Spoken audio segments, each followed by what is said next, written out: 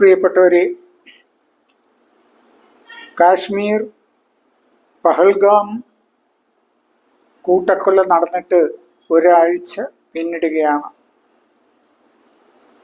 ഇന്നും അതേക്കുറിച്ചുള്ള വിശകലനങ്ങളും വിലയിരുത്തലുകളും ഒക്കെ നമ്മുടെ മുഖ്യധാരാ മാധ്യമങ്ങളിലും സോഷ്യൽ മീഡിയയിലും തുടർന്നുകൊണ്ടിരിക്കുകയാണ്. എല്ലാ വിഭാഗത്തിൽപ്പെട്ട ജനങ്ങളും കക്ഷി രാഷ്ട്രീയത്തിനതീതമായി ഈ കൂട്ടക്കൊലയെ അപലപിക്കുകയും അതിനെതിരായ നടപടികളെ അങ്ങേയറ്റം സപ്പോർട്ട് ചെയ്യുകയും ചെയ്ത ഒരു സ്ഥിതിവിശേഷമാണുള്ളത്. നമ്മുടെ കേന്ദ്ര സർക്കാർ തന്നെ വിളിച്ചുകൂട്ടിയ സർവകക്ഷി സമ്മേളനത്തിൽ എല്ലാ കക്ഷികളും ഒറ്റക്കെട്ടായി സർക്കാരിൻ്റെ മുന്നോട്ടുള്ള നീക്കങ്ങൾക്ക് അംഗീകാരം നൽകുകയും അതിനോടൊപ്പം നിൽക്കുകയും ചെയ്തിട്ടുണ്ട്. പക്ഷേ ഇപ്പോഴും നമുക്കിടയിൽ, പ്രത്യേകിച്ച് നമ്മുടെ മുഖ്യധാര ടെലിവിഷനുകളിലും അതുപോലെ തന്നെ സോഷ്യൽ മീഡിയയിലും യൂട്യൂബിലും ഒക്കെ തന്നെ ചില ആളുകൾ ഇതിനെ ഇസ്ലാമിക തീവ്രവാദമാണെന്ന് വരുത്തി തീർക്കുവാനുമുള്ള കഠിനമായ പരിശ്രമത്തിലാണ്. അതാരാണെന്ന് ചോദിച്ചാൽ എക്സ് മുസ്ലിം എന്ന് പറഞ്ഞ കുറച്ച് ആളുകൾ. നമ്മളൊക്കെ അതിനെ വെറും എച്ചിലുകളായിട്ടാണ് കാണുന്നത്, എച്ചിൽ മുസ്ലിങ്ങൾ. അതിൽ തന്നെ അതിൻ്റെ ചുക്കാൻ പിടിക്കുന്ന ആരിഫ് ഹുസൈൻ, അതുപോലെ തന്നെ ഒരു കാമിത എന്നൊരു വായാടിയായ തള്ള, ഇവർ രണ്ടുപേരുമാണ് അവരുടെ 24 മണിക്കൂറുകളും അവരിതിനെ ഇസ്ലാമിക തീവ്രവാദമാക്കാൻ വേണ്ടി പരിശ്രമിച്ചു കൊണ്ടിരിക്കുന്നത്. അതിന് ഇന്ത്യയെന്നോ പാകിസ്ഥാനെന്നോ ഒന്നും അവർ ഭേദം കൽപ്പിക്കുന്നില്ല. അവർക്ക് ഇതൊരു പാകിസ്ഥാനികളുടെ തീവ്രവാദ പ്രവർത്തനമായിട്ട് കാണാനുള്ള കണ്ണ് വരുന്നില്ല. അതിനപ്പുറം അതിനെ അങ്ങ് ഇസ്ലാമിൻ്റെ കണക്കിൽ കൊണ്ട് കയറ്റുക എന്നുള്ളതാണ്. അവർ പറയുന്നത് ഇസ്ലാമിക തീവ്രവാദത്തിന് എവിടെന്നൊന്നുമില്ല, അതിന് സ്ഥലഭേദമൊന്നുമില്ല, എവിടെയായിരുന്നാലും ഇസ്ലാമിക തീവ്രവാദമാണ് എന്നാണ്. ആ തരത്തിൽ ഇതിനെ ചിത്രീകരിക്കാനുള്ള കഠിന പരിശ്രമം നടത്തുകയാണ്. ഈ കാമിതയാണെങ്കിൽ അങ്ങനെ രാവും പകലും ഇല്ലാതെ വീഡിയോയിൽ കിടന്ന് അലച്ചങ്ങ് ക്ഷീണിതയായി. ഇപ്പോൾ ഞാൻ ഇതിനകത്തൊരു വീഡിയോ അറ്റാച്ച് ചെയ്യുന്നുണ്ട്, അത് കാണുമ്പോൾ നിങ്ങൾക്ക് മനസ്സിലാവും. വെള്ളം പോലും കുടിക്കാതെ, ആരെങ്കിലും ഒരു തുള്ളി വെള്ളം കൊടുത്തെങ്കിൽ എന്ന് തോന്നുന്ന തരത്തിൽ ശബ്ദമെല്ലാം പോയി, തൊണ്ടയെല്ലാം പതറി വല്ലാത്ത ഒരു ഹാലിലായിരിക്കുന്ന ഒരവസ്ഥയിലാണ് നമ്മൾ കാണുന്നത്. എന്തിനാണാവോ ഈ പാവങ്ങൾ ഇത്രയേറെ കഷ്ടപ്പെടുന്നത്? ഈ ലോക ജനത മുഴുവനും ഒറ്റക്കെട്ടായി നിന്ന് അവരെല്ലാം തന്നെ ഇന്ത്യക്കാരെന്നുള്ള ഒരൊറ്റ വികാരത്തിൽ ഇതിനെ നേരിടുമ്പോൾ, ഇതിനെ അപലപിക്കുമ്പോൾ അവരോടൊപ്പം ചേർന്ന് നിൽക്കുകയല്ലാതെ അതിനകത്തൊരു വിഭാഗീയത സൃഷ്ടിച്ചുകൊണ്ട് തങ്ങളുടെ ജീവിതത്തിലുള്ള ലക്ഷ്യമായ ഇസ്ലാമിനെ ഇല്ലാതാക്കുക എന്ന അജണ്ട നടപ്പാക്കുവാൻ ഈ അവസരം വിനിയോഗിക്കുക എന്ന് പറഞ്ഞാൽ അതിനെ ഈ ലോകം ഒറ്റപ്പെടുത്തുക തന്നെ ചെയ്യും എന്നുള്ളതിന് യാതൊരു സംശയവുമില്ല. ഇപ്പോൾ തന്നെ ഈ കഴിഞ്ഞ ദിവസം ഈ കാമിതയുടെ ഒരു ദൗർഭാഗ്യകരമായ ഒരു വീഡിയോ കാണാനിടയായി. അതായത് ആ സ്പോട്ടിൽ രക്തസാക്ഷിത്വം വഹിച്ച കർഷകരെ രക്ഷിക്കുന്നതിന് വേണ്ടിയിട്ട് അവരുടെ ജാതിയും മതവും ഒന്നും നോക്കാതെ ഭീകരവാദികളിൽ നിന്ന് രക്ഷിക്കുവാനുള്ള പരിശ്രമത്തിനിടയിൽ വെടിയേറ്റു മരിച്ച ഒരു ചെറുപ്പക്കാരൻ, ആദിൽ ഹുസൈൻ ഷാ എന്ന് പറഞ്ഞ ഒരു ചെറുപ്പക്കാരൻ. അവൻ ജീവിതം ബലിയർപ്പിച്ചത് ജാതിയും മതവും ഒന്നും നോക്കിയിട്ടല്ല. അവൻ മനുഷ്യത്വത്തിന്റെ പേരിൽ, അവൻ ഒരു ഭാരതീയൻ എന്ന ആത്മാഭിമാനത്തിന്റെ പേരിൽ അവൻ്റെ ജീവിതം ബലിയർപ്പിച്ചതാണ്. അതിനെക്കുറിച്ച് അവൻ്റെ നഷ്ടത്തിൽ വിലപിച്ചുകൊണ്ട് ആ മാതാപിതാക്കൾ പറയുന്നത് അവർക്ക് അഭിമാനമുണ്ടെന്നാണ്. ഈ നാടിനു വേണ്ടി അല്ലെങ്കിൽ മറ്റുള്ളവരുടെ ജീവൻ രക്ഷിക്കാൻ വേണ്ടി അവൻ ജീവൻ ബലിയർപ്പിച്ചതിൽ മാതാപിതാക്കളായ തങ്ങൾക്ക് അഭിമാനമുണ്ടെന്നാണ് അവർ പറയുന്നത്.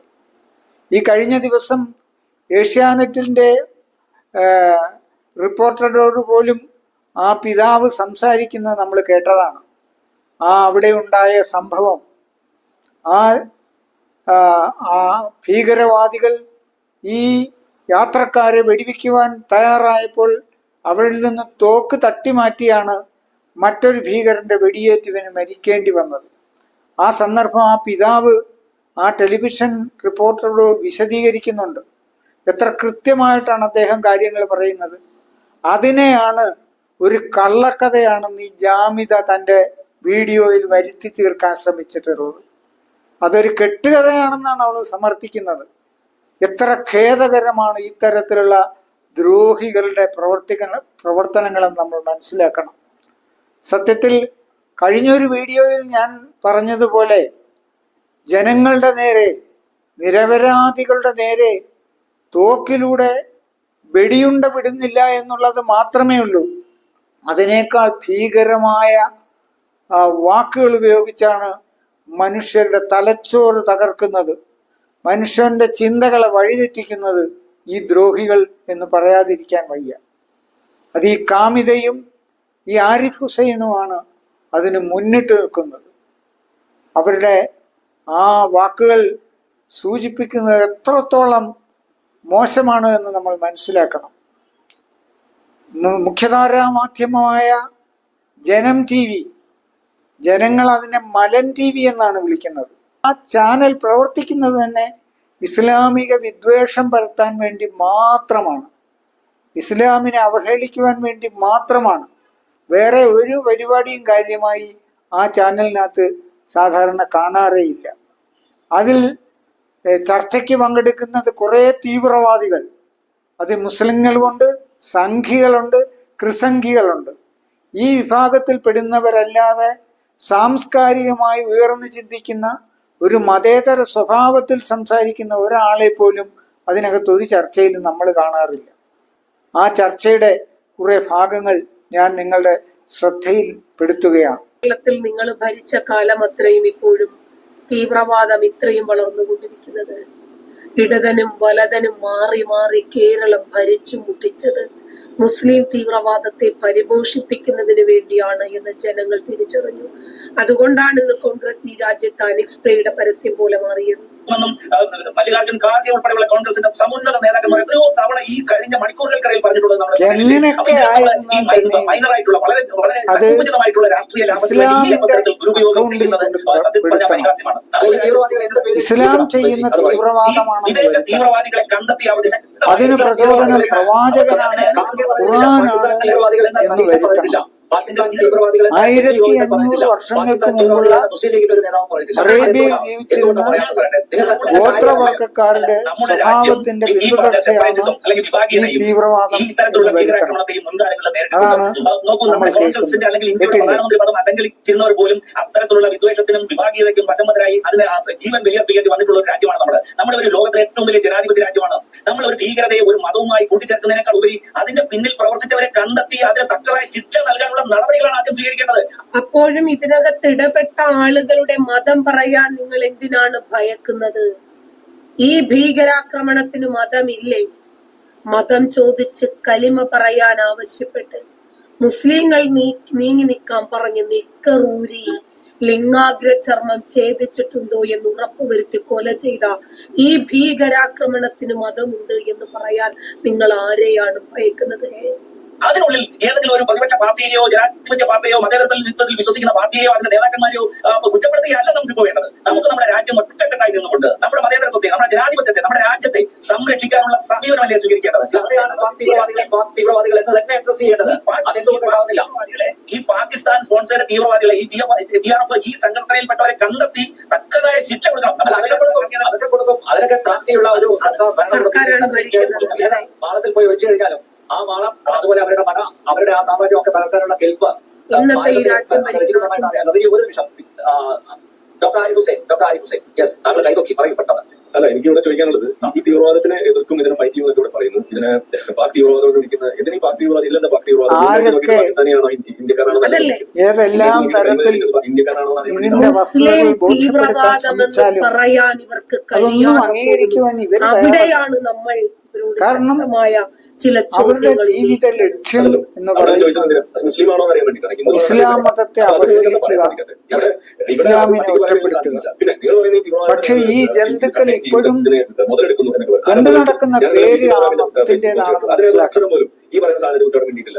ഇതിന്റെയൊക്കെ രക്തത്തിലുണ്ടായ മക്കൾ ഇപ്പോഴും ആ മതത്തിലാണ് ജീവിക്കുന്നത്. ഗുജറാത്ത് കലാപത്തിന്റെ ഇടയിൽ നടന്നിട്ടുള്ള നടക്കാത്ത ഇവനെയും ഇവളെയും ഒക്കെ ഉണ്ടാക്കിയ തന്തയും തള്ളയും ആ മതത്തിൽ തന്നെയാണ് ചിന്തിക്കണം. അതൊന്നുമില്ലാത്ത തരത്തിലുള്ള പറയാതെ ഗുജറാത്തിനെ എന്തൊരു ശത്രുതയാണ് മനസ്സിലാകുന്നില്ല. അവരോട് നമുക്ക് ചോദിക്കാനുള്ളത് എന്താണ് അവർക്ക് ഇതിനകത്തുനിന്നുള്ള ലാഭം? കുറെ സാമ്പത്തിക ലാഭമാണെങ്കിൽ അതിന് വേറെ എന്തെല്ലാം മാർഗങ്ങളുണ്ട്, തന്നെയാണ് നിങ്ങൾ ഈ പറഞ്ഞ ഇരട്ടത്താപ്പ് എന്ന് പറയുന്നത്. അതിന് ഏതെല്ലാം മാർഗങ്ങളുണ്ട്? ഈ രാജ്യത്തെ കുട്ടിച്ചോറാക്കി ഭരിച്ച് വീഡിയോയിലൂടെയും ഈ മുസ്ലിം ഐഡന്റിറ്റി പൊളിറ്റിക്സ് യൂട്യൂബിലൂടെയും ഈ ഡെമോക്രസിയെ ഒക്കെ വരുമാനം ഉണ്ടാക്കുന്ന ധാരാളം ആൾക്കാരുണ്ട്. അവരെല്ലാം ഈ രീതിയിലുള്ള പ്രവൃത്തി ചെയ്തുകൊണ്ട് ഇങ്ങനെ സ്വന്തം ജനിച്ച സമുദായത്തെ അവഹേളിച്ചുകൊണ്ടാണോ പൈസ ഉണ്ടാക്കുന്നത്? ഒന്ന് തീവ്ര ജിഹാദികൾ, പൈസ ഉണ്ടാക്കാനാണോ അത് മാത്രമാണോ മാർഗം? ഈ എന്താണ് ഇവർ ധരിച്ചു വെച്ചത്? അത് ഇവർക്ക് അതേ അറിയാവുള്ളൂ എന്നതായിരിക്കും അതിന്റെ യാഥാർത്ഥ്യം. ചേർന്നാണ് നമ്മുടെ നാടിന്റെ പൈസയ്ക്ക് വേണ്ടിയാണെങ്കിൽ അത് മാത്രമേ ഇവർക്ക് അറിയാവുള്ളൂ എന്ന് വിചാരിക്കാം. ഇസ്ലാമിക തീവ്രവാദത്തെ പരിപോഷിപ്പിച്ച് അവരോട് മൃദു സമീപനം സ്വീകരിച്ച് ഈ നാടിനെ ഭരിച്ചു കുട്ടിച്ചോറാക്കിയ കോൺഗ്രസിനോടും അതുപോലെ ഈ സംസ്ഥാനം ഭരിച്ചു കുട്ടിച്ചോറാക്കിയ ഇടത് സർക്കാരിനോടും നമുക്ക് പറയാനുള്ളത് ഒന്നേ ഉള്ളൂ: നിങ്ങൾ കുഴിച്ച കുഴിയിൽ നിങ്ങൾ തന്നെ വീഴും.